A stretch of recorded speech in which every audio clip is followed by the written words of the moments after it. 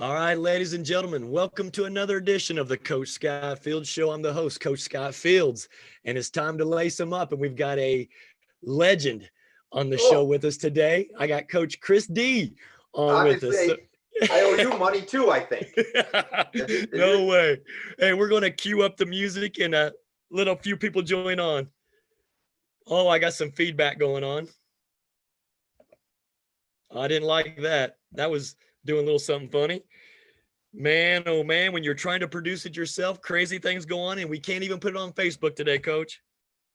That's Here's the sad. music. Not that anybody's going to join live with us today since we're doing YouTube. it's our show, man. Man, it's good to see you, brother. Life is something else. Interesting times we're living, Coach. Interesting times we're living.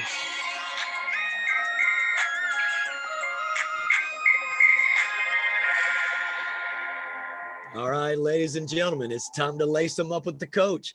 And we got Coach Chris Daleo on with us. And I wish we could be live on Facebook right now, but Facebook did not want to play. They gave me a double tech and threw me out. So it's just Editorial board, you're on a list. You're on the Facebook naughty list. Yeah, must have been, man. Daggone it. So anyway, honored to have a longtime friend on with us today, and we're going to talk many things about basketball. And as you can see from his shirt, he's got the Thailand representing and doing a fantastic job, winning some championships internationally, and also leading the Thailand national team. Coach Daleo, how are you, brother? I'm doing well. Thank you very much for having me on. I'm hopefully I can do a better, just as good a job as when you had the mascots on. Hey, those guys were great. Are you kidding me? I know. So I watched the show. So I appreciate you. I'm like, I'm getting bumped here for the mascots. He said I was going to be on this week, but now the mascots are on. That's all right. Oh gosh, well, I'm glad we finally got it worked out. Let me give a couple shout outs here. Hey, 757 T's with the camo hats, though. We got the merch going, Coach, and then the MVP ball there with the Coach Scott Fields logo, just like George and Wheezy, baby. We're moving on up. We got some merch. I think it's fantastic. This is a passion that you've had, because I was on maybe what 4 years ago. Yeah, when we were kind of kicking things off at the studio with Bob, and we had fun. And I mean, look how things have changed from that time to where we're at today, my friend. Right. So it's like you have a passion for this. So I think it's fantastic that you're doing this. Well, I appreciate it. It allows me to scratch an itch. And during these COVID times, we've picked up the frequency and allows me to reconnect and connect with friends like yourself. So to have you on to talk basketball, because I feel like we're kind of similar in mindset and basketball values and what the game means to us as coaches who understand and get it. That's why I'm excited to have you be on and share some of your insights with our viewers that I wish we could have come on live with us right now, but they're going to see it here in the replay. Okay, that's fine too. Thank you. We're like the 1970s NBA basketball. We're not quite live yet. So we got to be Magic and Bird and bring it live. Remember, I used to watch on CBS Sports the NBA playoffs on CBS Sports at 10:30, Kate delay or whatever. Yes. Yeah. Yes. So we're emulating that right now. How's Boston that? versus Sixers. I used to watch 10:30 at night. Yeah. That's absolutely. right. Dr. J and Andrew Tony and Bibby and that's right. Oh, see, that's the good old days right there, my friend. That's back before you had all these fake coaches posting resumes talking about how great of coaches they are, but that's a whole nother topic, my friend. It's all due to social media. People can post, whatever they want on social media. And to be honest, I know you probably feel the same way. It drives you nuts. When you have an extensive resume, you have a strong resume, and you got guys that's doing crazy things. I mean, more power to them. Everybody's out trying to get their bone. I understand all that, but it's just sometimes things that I see on Facebook or whatever just crosses my desk. It's just crazy, and I'm just like, oh, I roll my eyes again. They're like, he's a bad guy. He's mean. No, I'm just being kind of realistic here. Yeah, well, sometimes it's refreshing to have someone be 100% honest and transparent and try to hold others accountable for their misrepresentations. How's that for politically sounding? I wish I had $1 for every single time somebody would call me and say, hey, this guy said he was your assistant or he was an all-star in the CBA. And I said, first of all, I never heard of him as my assistant. But then second of all, let me go through my guidebooks here, my media guides. He never played at all. But boy, people sure do put that out there. Oh, that's funny. Hey, speaking of the CBA, you did a masterful job in the CBA, and we'd be remiss if we didn't talk about those great minor league days, because you coached in the CBA when the CBA was legit, and it was the second best league around the globe, in my opinion, because the players were so great. Quality coaches like yourself were in that league. Talk about the CBA before it was the after Isaiah Thomas CBA. So talk about those beginning days. When I first came into the CBA, I came in as a second assistant. I volunteered. I was a volunteer, said I wanted to work my way up. And actually, to put it in perspective for people, the player payroll at that time was $250,000 for the season. Yeah. And you would go down my roster, or not my roster, I was an assistant, but the roster would have, 3 or 4, 5, 6, 7 guys all making $1,000 plus a week, And they were high level players too. Some that just got cut from NBA rosters, great level of play. And so that's really where I learned and cut my teeth in the CBA, was dealing with those types of players. And then, going on the road and coaching against, Mauro Panaggio and Mo McCone and Paul Wolpert and Keith Smart. And you had to bring it every single night. Yeah. And then, and it was just fantastic. Then after the Isaiah travesty, train wreck debacle, I came back as a head coach, and the player salaries now were $150,000. So that was immediately reduced. And then actually my owner, Wayne Tempe, was my owner. He said, you have 94,000. And I said, wait a second, everybody else has got 150. And he said, no, you got 94,000, make it work, or, I'll find somebody else. So that's really where I really had to learn how to try to find players underneath the radar, try to find diamonds in the rough type guys. I couldn't have 5 guys at $1,000 a week. I had to bring in some guys at $300 a week or $275 a week, just to make sure I was at my 94,000. Right. So, and then over the years, after the CBA, after Rockford left, I went up to Minot, and I think by that time the player payrolls, and that's when you came in. Yeah. What was do you even remember what your play? I think mine was like 50, 60,000.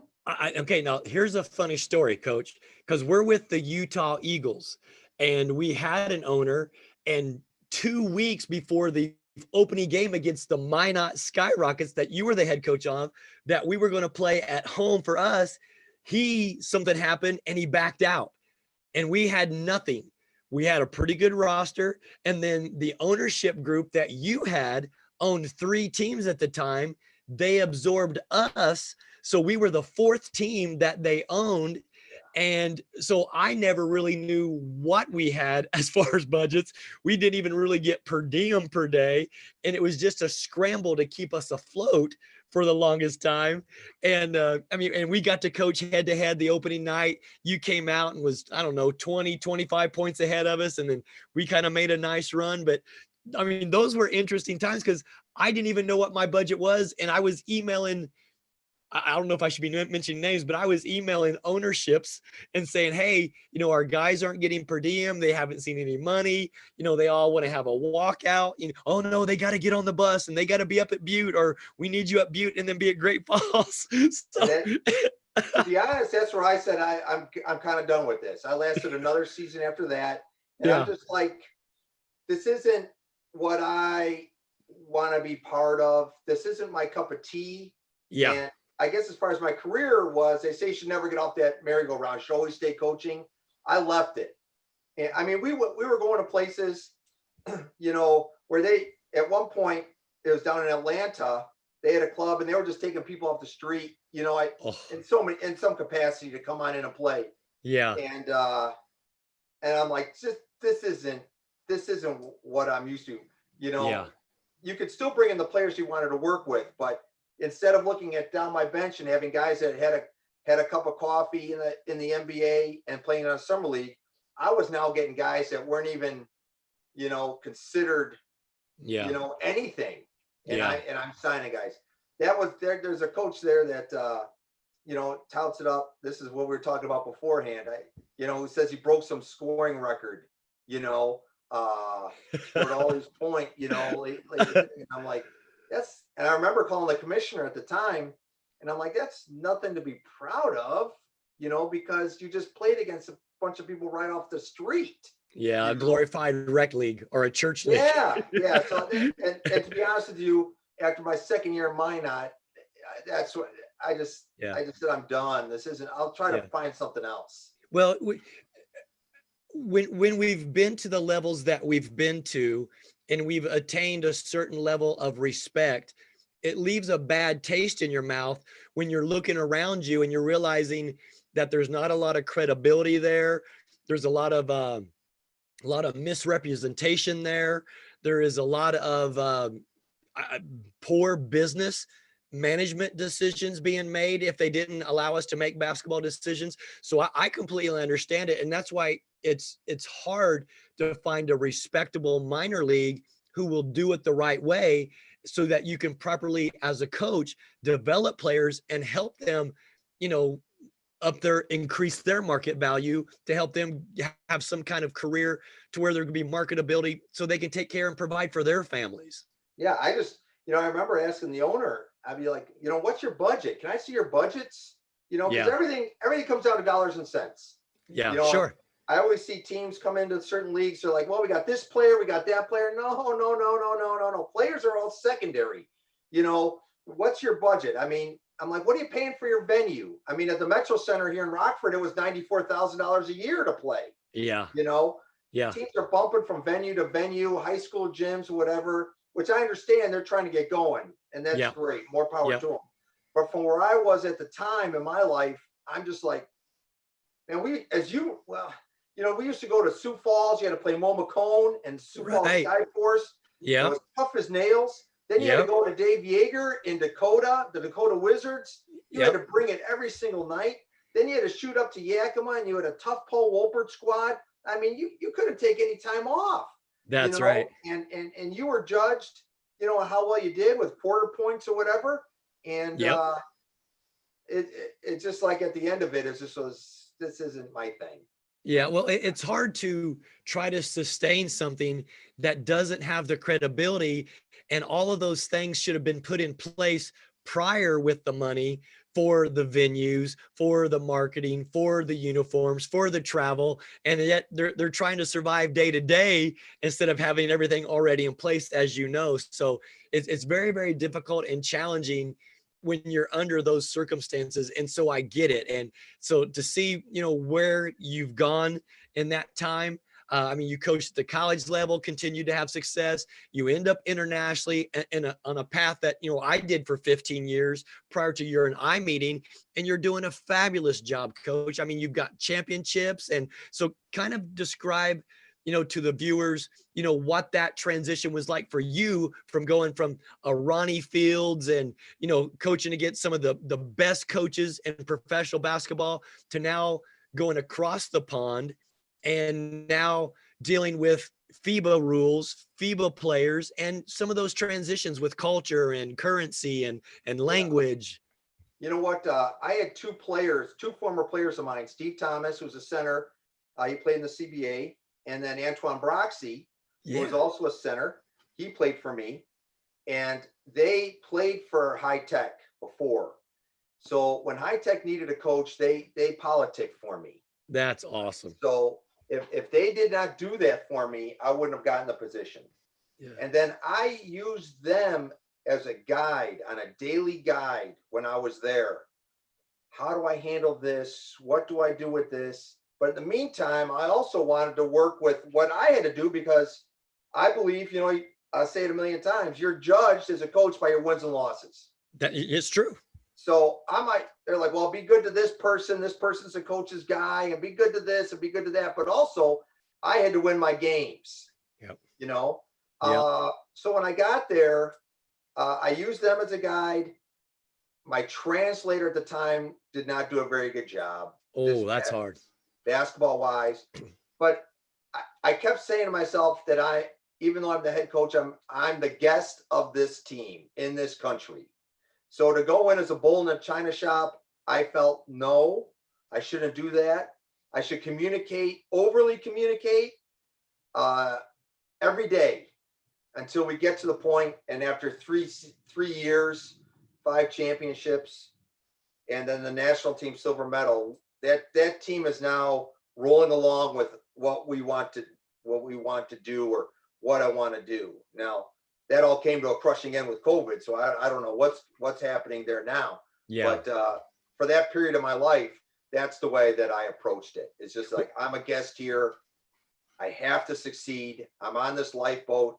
How do I get to the next thing? And that's the way I approached it.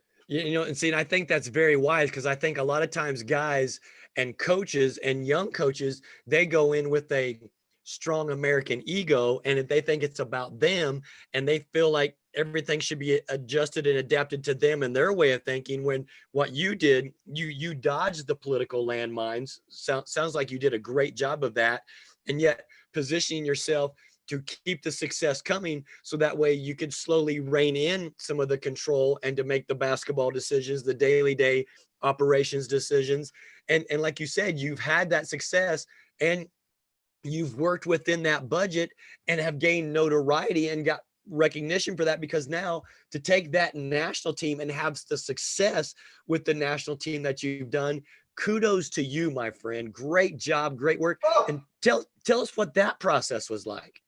Well, the national team is something, that was handed to me from my ownership group. And really, the Southeast Asia Games, that region's Olympics, for the most part. That's right. There's FIBA competitions or whatever, but you have your Southeast Asia Games. And then I was named head coach of that. But then with that, as you know, for all national teams comes a whole host of politics. Oh, yeah. Different teams want different players on. If they weren't allowed to practice all the time. There was just a whole host of obstacles. And I truly felt this is kind of the big stage for me to fly into the Manila, Philippines, big venue. I really wanted to do well, and then really, pad my resume, maybe open up some doors. So I really didn't want to roll over, but also there were a lot of obstacles that were placed in front, just with players being pushed upon you. The organizational owner saying, yes, you have to take this player to keep this guy happy, that sort of stuff. And then once you got your players together, to be able to get them to function as one, well, we're going to go play and have to do well. So that was a big thing. I was able to get a lot of my players that played for me at High Tech. So my system was in place. Yeah. The new players that came aboard, I had a meeting and I just said, we're going to do the best we can. I'll do the best I can to get you in. But at the end of the day, I need to win games. The country needs to win games. So you might not play as much as you would like.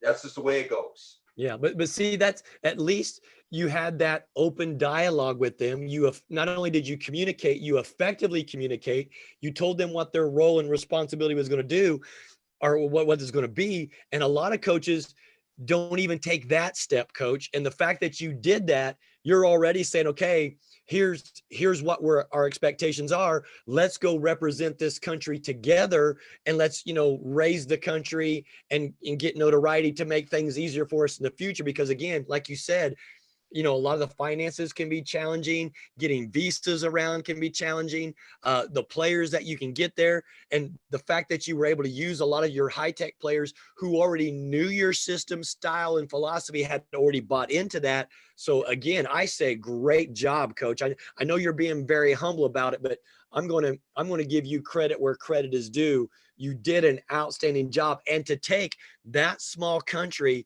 and to elevate them and on the world stage in the world rankings. Let's talk about that for a second. Great job.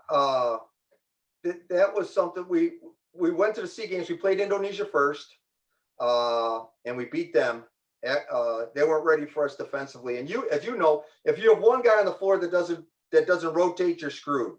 So Yep. I had to maneuver in shape with the new players, because they really didn't even practice with us, to be honest with you. Yeah. So then after that, we had Malaysia, beat them, Cambodia, beat them, and then we had a tough Vietnam team, and the winner of that played for the gold. Yeah. And then we beat Vietnam. Then we played for the gold medal, which was the first time Thailand had been in the gold medal game in 6 years.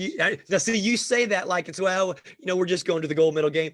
But for Thailand, that's a huge accomplishment for where they've been and what they've done to that point. So for you to elevate them, coach, that's not something to just well, poo-poo. We didn't know. You're in the gold medal game, my man. That's awesome. Well, the big thing was, when in Thailand they scrimmaged a lot. I mean, that was something that, I don't know about you, but I don't scrimmage. I do a lot of breakdowns, full court transition, offensive, defensive drills. Yes. 5 versus 4, 5 versus 3, a lot of half court things. And they were big on rolling the ball out and just putting group guys out there and go scrimmaging. We scrimmage every Wednesday during our season. I'm like, why are we doing this? So I had to end that. So there has been some flexibility, with that. But we did play for the gold medal game. And then after that, I went back to my season, and then we had to do some FIBA competitions for the Asia Cup. Yeah. And probably the biggest game that COVID canceled our game in the Philippines. And then we had to play Korea, which was at the time ranked 30th in the world, Korea. And Thailand at the time was ranked 105th in the world. Yeah. So, as you know, you bring an American mentality. You want, hey, we're just going to go play. We're going to win, or we're going to go compete. And I got guys, to be honest with you, they're like, we're getting smacked, Yeah. I'm like, no, trying to instill a culture, that we're just going to play. And they got smacked by 54 the last time they had played.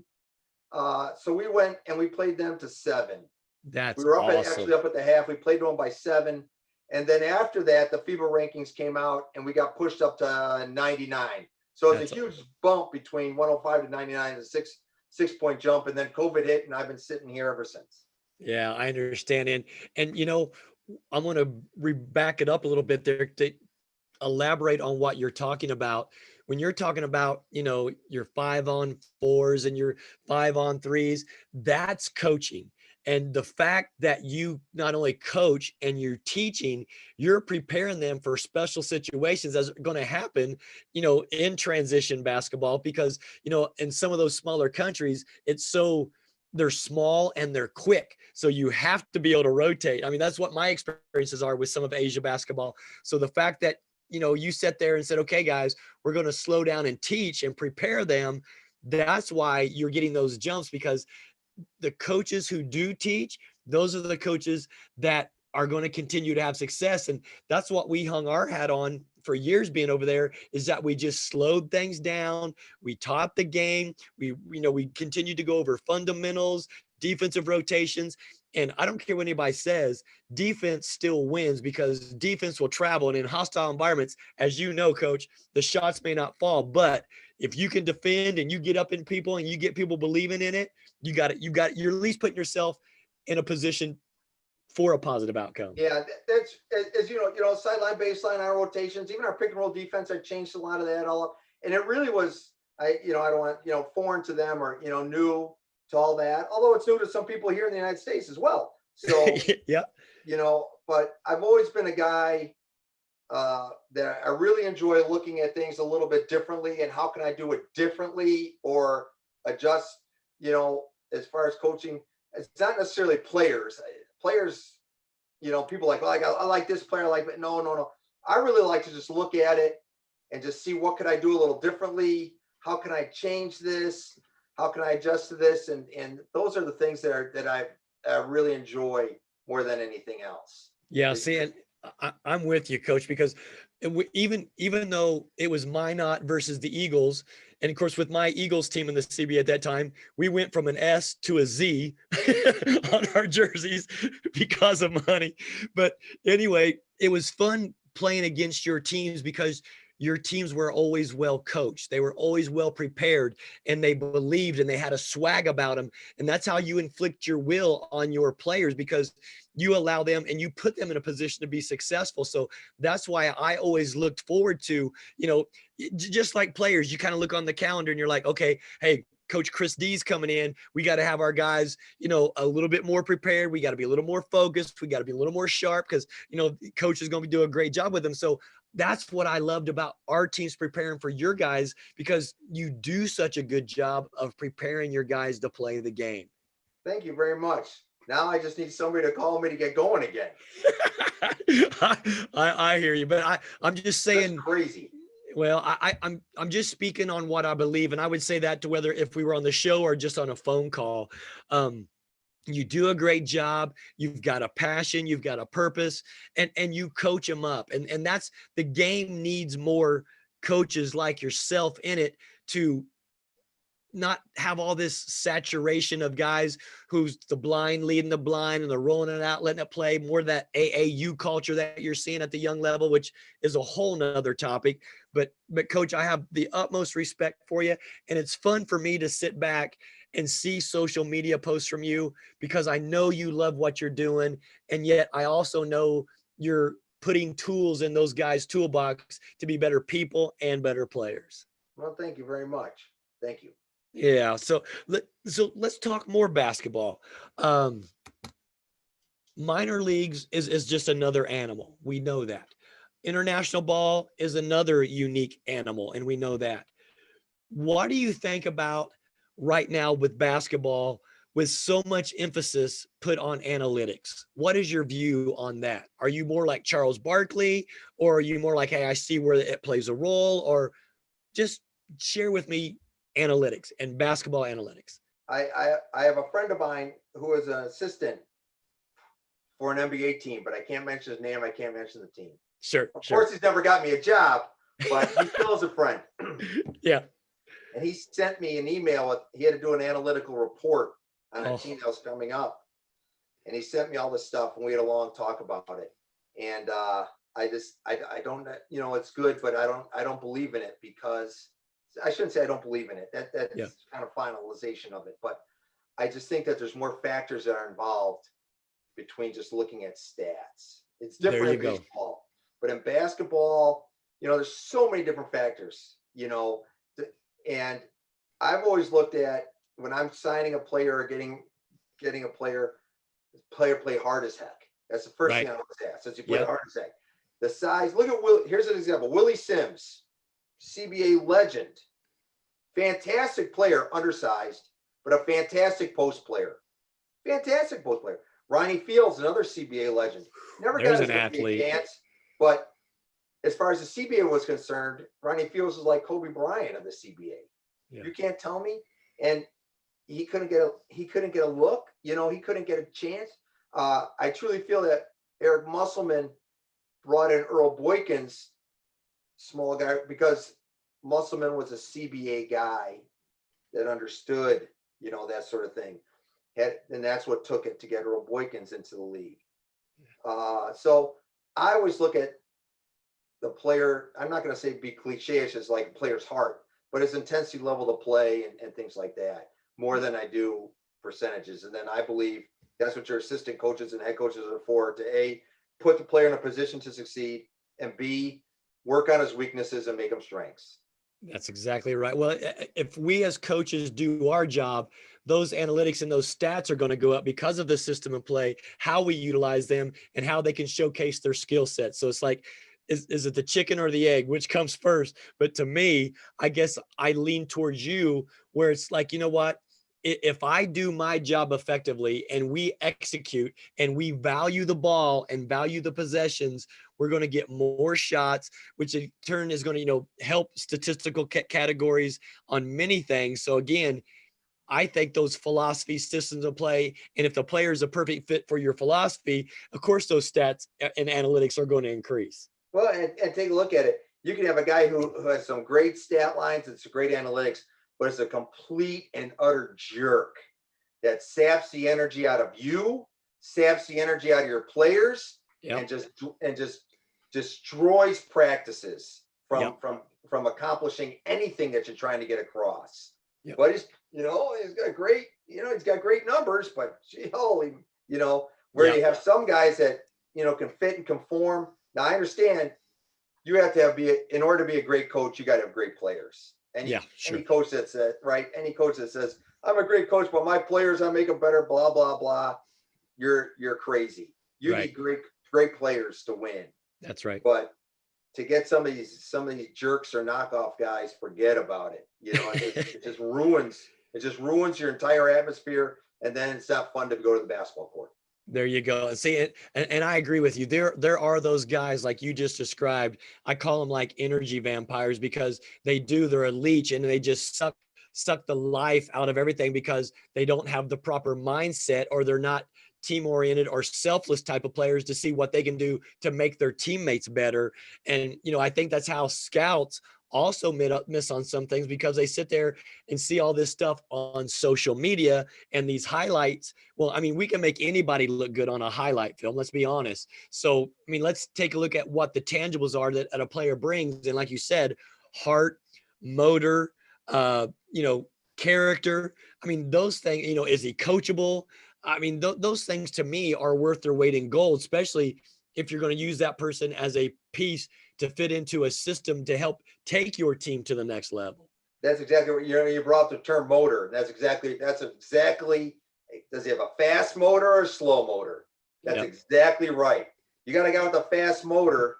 Yeah, that's somebody you want to take a look at. That's right. Exactly right with the word motor. And if they can go, play so hard for so long and never tire out, man, I like those kind of guys because you can win with the handful of those guys, even though they may have flown under the radar because, like you said, undersized or maybe not athletic enough. But if they just go hard all the time, that's infectious. And they're diving on loose balls and they're getting deflected passes. They're making the extra pass. Hey, I think you and we can win with guys like that. Well, not only that, those are guys that are there before practice and stay late after practice, which is also infectious on your team. Amen. Versus guys, the minute that thing is over, they're out the door and they're doing whatever. Now, granted, making poor decisions in the community. Some off-court issues, that get out, but have been warriors for me on the floor. I don't judge. I don't judge about that, but just as a whole, we're saying, I've had some guys, they get after it at night, but when it's time for basketball, they're zoned in and they're working hard. There you go. Work hard, play hard. As long as they bring it on your time and your clock when they come on that hardwood, we can live with that. Right. That's exactly but right. As long as they learn how to be smart about it off the court, so that way it doesn't bring a cancer to the court because somebody is jealous or somebody wants his guy on the team. Hey, don't give them ammunition so that we have to make that player move just because you made a bonehead decision. Right. And I think that's a lot of things too. I see all these coaches saying, you got to be teachers and mentors and blah, blah, blah. Oh, come on. As you and I, we deal with the grown men. This is your job. What you do outside your job, I'm not here to pass judgment upon that. Yeah. That's not my job. Yeah, that's professional. When you come to work, you're going to help us win ball games. If not, then we're going to have to make a decision. So It's a two-way street with all that. But again, if you have open lines of communication and a respect there, you can already have that discussion, have that dialogue and said, hey, don't put me in a position to where we have to have another discussion to where I may have to send you home because you know what? Hey, I love what you bring on the court, but please don't be out, making poor decision in front of everybody. That's going to come back to me where I now have to be forced to make a decision, which we're both going to be uncomfortable with. That's a conversation I have with every player that I brought in, on the phone before we get the flight. I'm like, whatever you're doing off the court, you're going to keep it quiet. Nobody's going to know. You're not going to be part of the gossip factory. And then you're going to get on, you know what I'm saying? Amen. It's when that becomes people are starting to pay attention to that, then we're going to have issues. And I really have no problems discussing it with a player. See, I don't either. That's our job. That's they're going to be a reflection of us and an extension of us. So let's have that communication. So to me, those are discussions that need to be had right from the get-go, when you're addressing the whole team. So individually they know it and collectively know it, and then have your captains also help you spread that message. It's not that hard, Coach. No, it's funny because now I saw on ESPN today how they have that hotline for the people leaving the Oh, bubble or whatever. the So snitch can you line. imagine, what's going on with that? Oh my gosh, crazy Hey, stuff. hey, it makes me laugh because I actually have this here on my notes. I was going to talk about the snitch line. I feel like we as coaches, we should have one of those also where we can report coaches who are misrepresenting themselves and don't belong to be where they're at. It's something else, isn't it? Oh boy. It really has become and I know it, I'm a cantankerous guy when it comes to it. It's just become a pet peeve of mine. Yeah. I should just let things go, to get online and call some of these people out. It's really stupid and foolish of me to do so. But boy, it just irks me. I'll be honest. Coach, I think we're in that generation, and I love the Dan Patrick show. And I love when DP will sit there and say, I'm going to be that guy, that old man now. It's, hey, get off my lawn. Are we that get off my lawn guy? We must be, I just, it just really, it really gets me because, especially there in the CBA, because it's such a passion, right? Yeah. And it's your livelihood. It's how you feed your family. That's right. And it's just not something, you're just not going into it to go hang around with players or to wear your suit on the bench. This is your livelihood. This is what you do. This is how you're judged. And then if people just go minimize that with silly behavior or silly fake resumes or silly posts, it just, it takes a shot at you. I take it personally and I shouldn't. Well, no, it's actually refreshing because I'm the same way. I may approach it a little bit differently, but when I see that kind of stuff, it upsets us because we're purists at heart. We care about the game and we're professional about the game. And our generation sees things differently than the millennials do now. But it's just like, my goodness, that shouldn't have to be there. And it's too bad that so many people do misrepresent themselves or try to sell themselves. I don't know. It's almost like with social media, there's so much diluted, saturated nonsense that's out there. But yet when we try to, represent ourselves in a positive light, to market ourselves in a positive light because of what we bring to the table, it's too bad we have to sift through all that wish-wash that's truly out there in this day. And it's crazy because I think athletic directors look at that stuff, and don't really hone right into it. As far as college level is concerned, I think overseas, people really look at that stuff. Something that I just can't figure it out, but it's the world in which we live in. And I'm with you, but it's interesting because it's not that hard to truly do a fact check and see the credibility that you have as a coach, and you win everywhere you go. Let's be honest. I mean, you have done a great job, and you've helped players develop, and you've helped players move on from the college level to the pro level. As a pro, you've helped them move on to other professional jobs. And as a coach, that should be what it's all about. But there's some people that kind of get it twisted a little bit and their ego gets in the way. And that's truly what doesn't happen out there. And that's what's too bad. Yeah, I know. Let's go on to more positive things. There you go. There you go. Talking about the state of basketball, how do you feel about where basketball is now and where hopefully it's going in the future? Well, I mean, I know that's a heavy question, but are you pleased at where the game's at? Like at the NBA level, the college level, the minor league level? What are your take? At first, when players were coming out with the one and dones and things of that nature, I used to be on the fence of that's horrible. Why would you leave a great program like Duke or University of Florida? Yeah. That makes no sense. Get your education. Yeah. There's bigger fish to, that wasn't. Now I've completely, over the years, have completely and utterly changed. I talked to a couple of friends of mine that are in the NBA, and they're like, we want to get them as young as we possibly can to teach them how we do things, what's expected of them.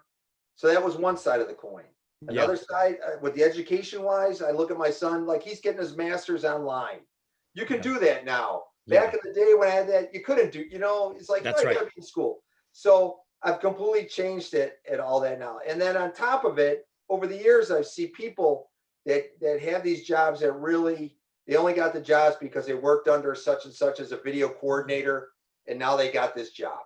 and they're not really doing anything, to help benefit, but they got that job.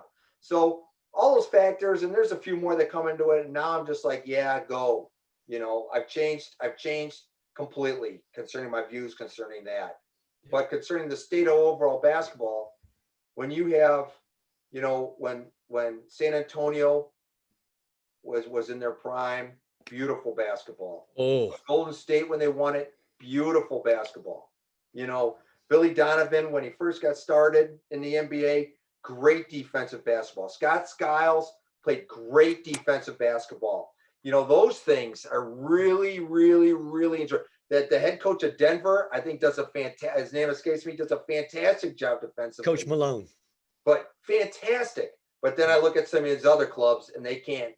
They're just horrible on everything. Offensive valuing possessions, defensive rotations wise, philosophies, offensively and defensively, transition wise, is all horrible. But then there are those few bright spots that I really enjoy watching. Yeah, see, I'm the same way. I love, what they call it the hockey assist now, the pass to the pass that sets up the shot. That selfless, that ball movement, team-oriented offense, but yet great intensity on defense and focus on detail, the rotations, which I know you're big on, and so am I, because to me, you have to be able to have that, in a series, because when you're at the pro game, guys are so equally talented and skilled, and you have to find little ways to create opportunities for yourself. And like you say, value in the possession. There's so many layers, and you have to really peel that onion. But I love the details of the game, as do you. And I just love basketball when it's performed well as a team. And it's fun to watch. It's almost like poetry to us, Yeah. And that when you going back to your original question, that's my views on your NBA levels. Yeah. On the overseas levels, it seems to me, as I look at it, both from a coaches and players, I feel Americans are doing a poor job of representing themselves in the game. That there's so many guys that come over that use it as just not as their job or not as a profession, but as a party, as a, not respecting the ownership of the local, getting out, going out, getting high, doing whatever. That I think over just the years that I've been at it, just the 3 years in Thailand, plus also helping send guys overseas, that now teams I've noticed are really going after more European type players and European coaches than ever before. True. And I see why. Yeah. Because coaches blowing up their resumes, which are false. Players going over there acting like fools.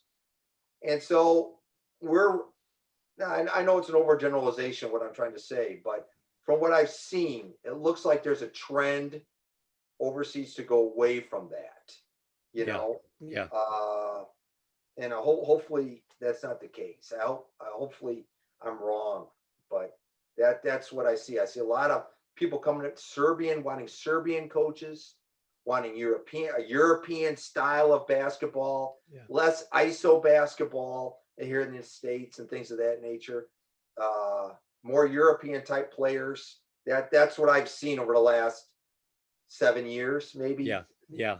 And I'm going to agree with that, because even in my time, I think you and we put so much emphasis, and we want to create such a culture of professionalism where we're going to hold ourselves accountable and to a high level, that we want to surround ourselves with the same type of individuals to create that culture. And if you've got guys coming over who are not professional, it makes it very, very challenging and very, very difficult. So to have those relationships with those agents who deal with quality players who are also thinking long-term for them, if they allow us the opportunity to work with them, develop them, or get rid of some bad habits that they picked up while they've been overseas and hone their skills, I think that's also a great thing. But I think professionalism is what we're truly trying to establish, because the European players come over and they don't have that sense of entitlement, where American players kind of have that ego and feel like somebody owes them something that they didn't work hard for to earn that respect, where the European player has that mindset to just go work hard. And fundamentally, they're very skilled and they're great shooters. And yet they're also good people, because then you don't have to worry about them at night in the nightclubs and things that you described a little bit earlier. And correct me if I'm wrong, but I also saw that kind of thing when I was over there. And I was like, hey, that's why I want to, you're only as good as the people you surround yourself with. Well, I want that high motor guy who's going to bring it and be professional, but yet also help represent what we're doing out in the communities to enhance the whole culture of what we're building. And I think pay comes into play too.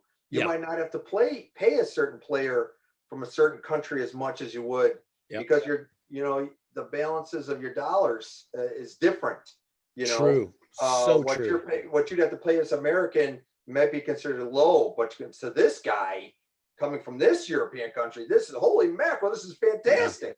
Yeah. So I'm sure economics plays a part, and really with this COVID situation being what it is, economics are really going to play a part. Everybody's salaries are going to go down. Yeah.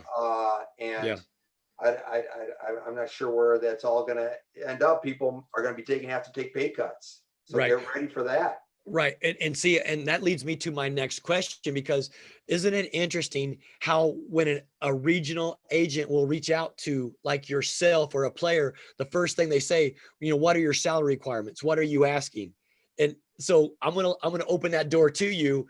How do you feel when that's the first question that comes to you? Because I think I already know your answer to this, but go ahead. Over the years, I don't deal with agents too much at all, to be honest with you, anymore. And I believe that that's hurt me in my own personal career of not making good relationships with some good agents. But I found it to be more beneficial that I talk to players who recommend other players that have played for me, that I respect, that know what's expected of me, that I know what I like. And I call them up and they say, Daleo, this is your type of guy. He's a dog. He'll get after it. He's your guy. Here's his number. Here's some film, or get a hold of him. And then Facebook, boom, boom, boom, message, I take a look, talk to him on the phone, and let's see what we can do.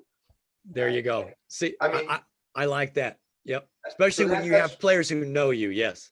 Yeah. So that, and over the years, as you have relationships with certain players, that have either played all over the globe, or you respect what they have to say because they played for you, they won with you, they know you, versus an agent that's just trying to sell you some guy so he can make his commission. And everybody has a job to do, and they all have a livelihood. But Dave Yeager, we know, right? When he was coach of Dakota Wizards, and now coach Sacramento Kings, head coach Sacramento Kings, head coach of Memphis.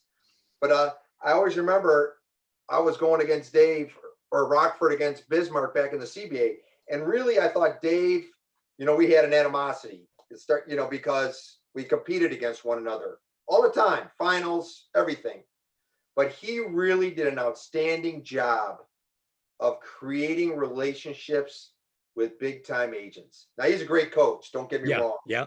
Okay. So that certainly helped, but he, to work with Mark Bartelstein, he really did me and Rockford at the time, I was content. I could have stayed. It was right down the road. My family's here. I loved the Lightning. Yeah. I didn't have to go. I didn't even think about the next thing.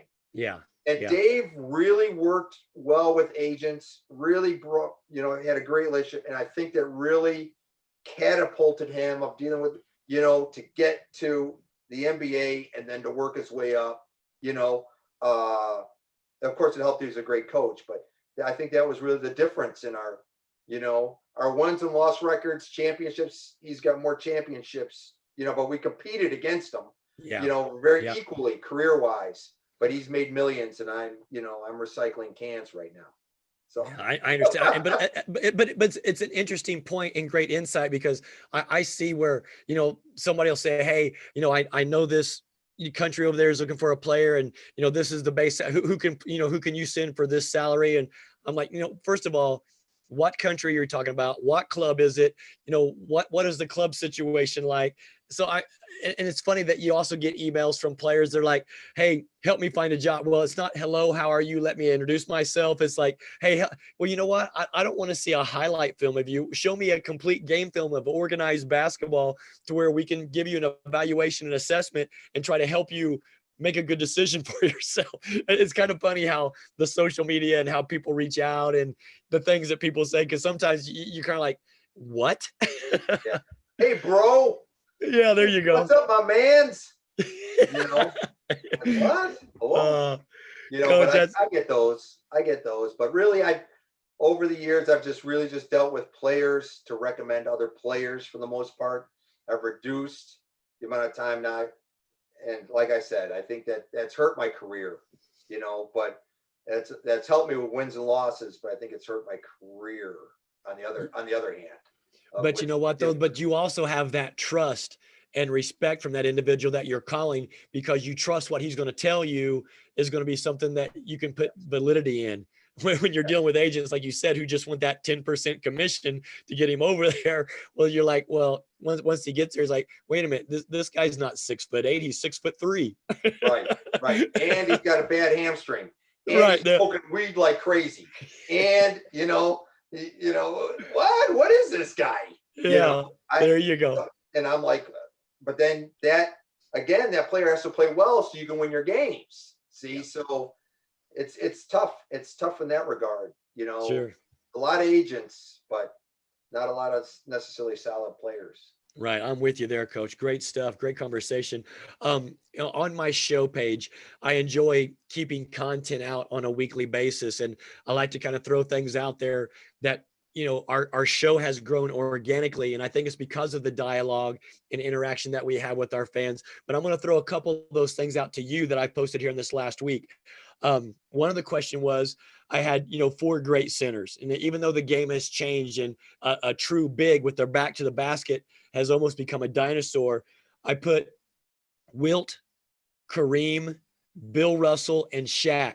Rank them 1 through 4 and give me one word to describe each player, Coach. See, I think Wilt Chamberlain is the best player, greatest player of all time. Okay. That's just me. Yep. So with Michael Jordan being number 2. So I'd have to go Wilt Chamberlain. And my one word to describe him is just athletic. Nice. Because, you remember down at Kansas, he was a long jumper, volleyball player, basketball, and strong, people don't know, when he was in that Arnold Schwarzenegger movie, he was benching, like crazy. So yes. Wilt Chamberlain is number 1. Shaq would be number 2. And my word for them would just be dominate. He could dominate the paint. Dominate. Okay. Dominator. And then I'd have to go, Kareem would be number 3. And just because he would drop in the list, some people say Kareem's the greatest of all times. Me personally, I don't even know the stats, but I never thought he was that great of a rebounder per se for his size. I don't even know if that's even right, but certainly a quiet leader. So I have to say, I'm going to say for Kareem would be Sky Hook would be my number 1 thing for him. And then Bill Russell, who was a fantastic player, fantastic player, but only 6'9", to compete against those big guys. But I think Bill Russell is just a leader, on those Celtics teams. So that would be my rankings. Not taking nothing against from Bill Russell, but they're all Hall of Famers. So I mean, it's not like you can go wrong anyway. But again, I just generationally, there's a lot of players that don't even know the history of the game, and it's interesting to see their rankings and a word that they use to describe it. I'm like, okay, you don't know the game like like how we break it down. But great job on that one. And the other one, and again, it's subjective, and I get that, but I posted a picture of 5 players, and I tried to kind of make it fit to the younger generation of players that the young generation knows. So I put Steph Curry. I saw that. Yeah. And then I put MJ, Kobe, LeBron, and Shaq. And I said, give me 5 players to match up and beat that team. And it was interesting to see some of the comments that came back. But if I ask you, Coach, who would be 5 players that you would put against that team and beat that team? Well, I think Oscar Robinson averaged a The double big double the O. entire year. So I think Oscar Robinson has to be on your all-time team, certainly right off the bat. Well, Magic he Johnson, was. I mean, that's before they even recorded triple doubles, Coach. And right? he brought it. You're good. Yeah, so I think Oscar Robinson has to be on there, and I certainly think Magic Johnson, as 6'8" point guard who could play multiple positions, Magic Johnson would be on your club, uh, certainly right off the bat. I think Bill Walton's a fantastic center, or Will Chamberlain certainly. I think that would be somebody on your club. As a four-man, I always thought Nate Thurmond or somebody like that, or Workhorse or Wes Unseld, I think would be my four. And to be honest with you, John Havlicek or Bobby Jones would be my three. Nice. So that would probably be my team to match up against that. I like Does that make that, sense? Coach. Yeah. Oscar Robinson at my two, Havlicek or Bobby Jones at my three, with Wes Unseld at my four, maybe, give or take, and then Bill Walton at my five, or Will Stilt at my five. Yeah, that'd be a way I'd go. You can't go wrong either way, because a healthy Bill Walton back in the day, my goodness, the things that he did at UCLA and before the injuries were stacking up. I mean, look what he did at Portland before the injuries. So again, a lot of people didn't realize that the big redhead could flat out go. All they know is that he likes the Grateful Dead and is just kind of an obnoxious commentator. But man, that guy could go. He's a fantastic, yeah. And really, I think Bill Walton doesn't get his praise, and I don't think Pistol Pete Maravich gets his praise. Now, I know you have Russ Bergman on. I saw you had Russ. Now, Russ was actually a teammate and roommate of Pistol Pete there at LSU. That's right. So he'd be a great guy to talk about that. But yes, Pistol Pete, that was even before the arc. But he led the scoring NC2A and scoring. Fantastic. That's right. 40 a game, fantastic. But so Pistol Pete would have to come off my bench. I mean, because he was such a showman in the way that he would pass and see the floor. He, again, like you said with Big O, these players were before their time, and of course before social media. So it's not like a lot of people will even go search that name because they don't know who they are. But it's like, you know what?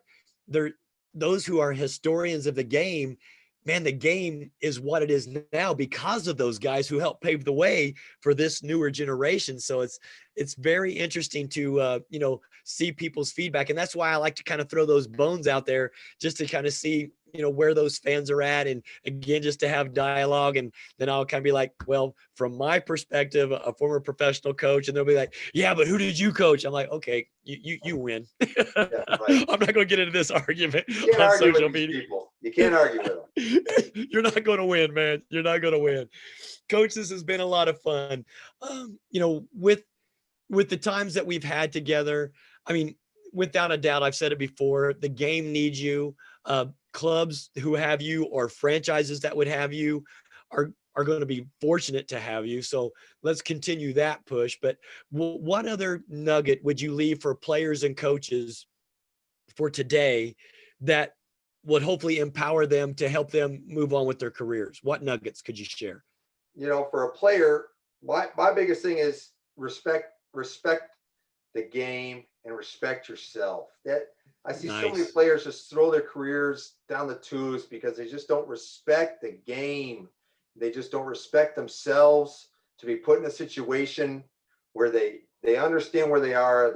They have a little bit of humble pie. Just respect your coaching staffs, respect your ownership, respect your fellow players, respect the game of basketball. And that's my biggest thing. And I've cut guys that have little respect, and who really don't have a big time resume. You got a big resume, man, I'll listen to you, but really let's face facts. You don't have a resume. So it's tough for me with that. It's tough for me to deal with players that don't respect that stuff. And as far as coaches are concerned, I get a lot of questions, like how do I get here or whatever.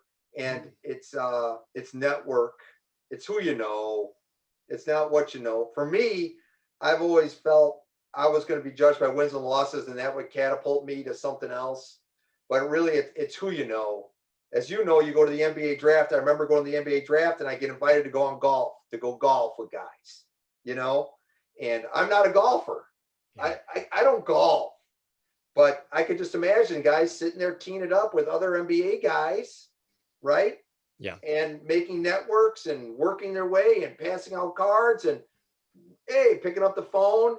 So it's all where I just thought, man, wins and losses, every year, here's my resume, bam, bam, bam, bam, bam. Okay, let's talk to this guy. That's really not the case. It's who you know. And so for young coaches out there, I say network, network, network. Don't be a kiss ass, but network, network, network, network. It's all about who you know. It really is. Great stuff, Coach, because I think there's a lot of wisdom and insight that you're sharing there. And I appreciate, the vulnerabilities to put those things out there because it's so factual. And I always say, when you look at the word network, it's still work. You have to work and you have to cultivate those relationships and you have to, have the relationships, and people need to know who you are, but yet they also need to know what you're going to bring to the table, and the loyalty and the trust factors and all those things that go into play. So I so agree, and I love the thing you said about the players and just respect, respecting the game and respecting themselves and respecting and valuing an opportunity and situation, not to just let it sift through their hands. So great job, Coach, as always. I enjoy our conversations. Let's share this content. We're going to share it out with multiple groups, and I really appreciate your time and value your friendship, and I truly respect the job that you do because I know you're doing it with your heart and you're doing it the right way. Thank you very much. I greatly appreciate it. You got it, my man. Having me on. Come on, you're my dude, man. I gotta come talk. I gotta talk with you, man. We've got some funny stories in the trenches that a lot of people would never even know or understand. I could tell you so much stuff people wouldn't believe it.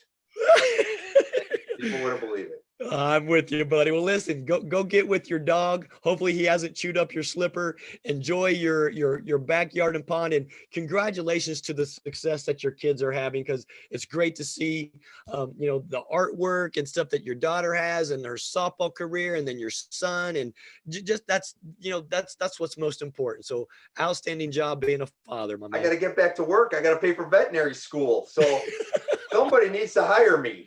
There we go. Somebody needs to hire me. We'll put this out there on all those groups, so that way they're going to see it. They're like, man, this guy knows what he's talking about. Let's hire him, man. Get him signed on the contract. I don't even want an agent's fee. I'm just being honest and letting people know who you are. There you go. Fantastic. All right, my man. Hey, all right. Be safe, and let's connect soon. And hopefully when all this stuff calms down, if you're still here, we got to go break bread and just laugh and tell stories. Well, I'd love to go fishing down there in Salt Lake with you. So I've seen your hunting and fishing photos. So once I get going, I'd love to get down there and do that. We got to do it, man. We can have us some fun. Hey, you got to get me in the weight room because I see them guns that you're carrying. That's all I do now.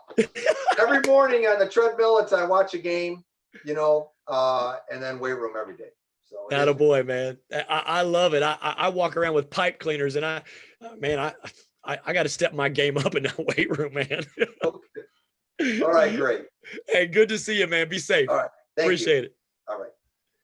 Again, ladies and gentlemen, that's Coach Chris, and we're going to share this content, but I appreciate his time and his selflessness to share this nuggets and wisdom with you. Have a great day, and we're going to be coming back with some more exciting guests next week. We'll see you. See you, Coach.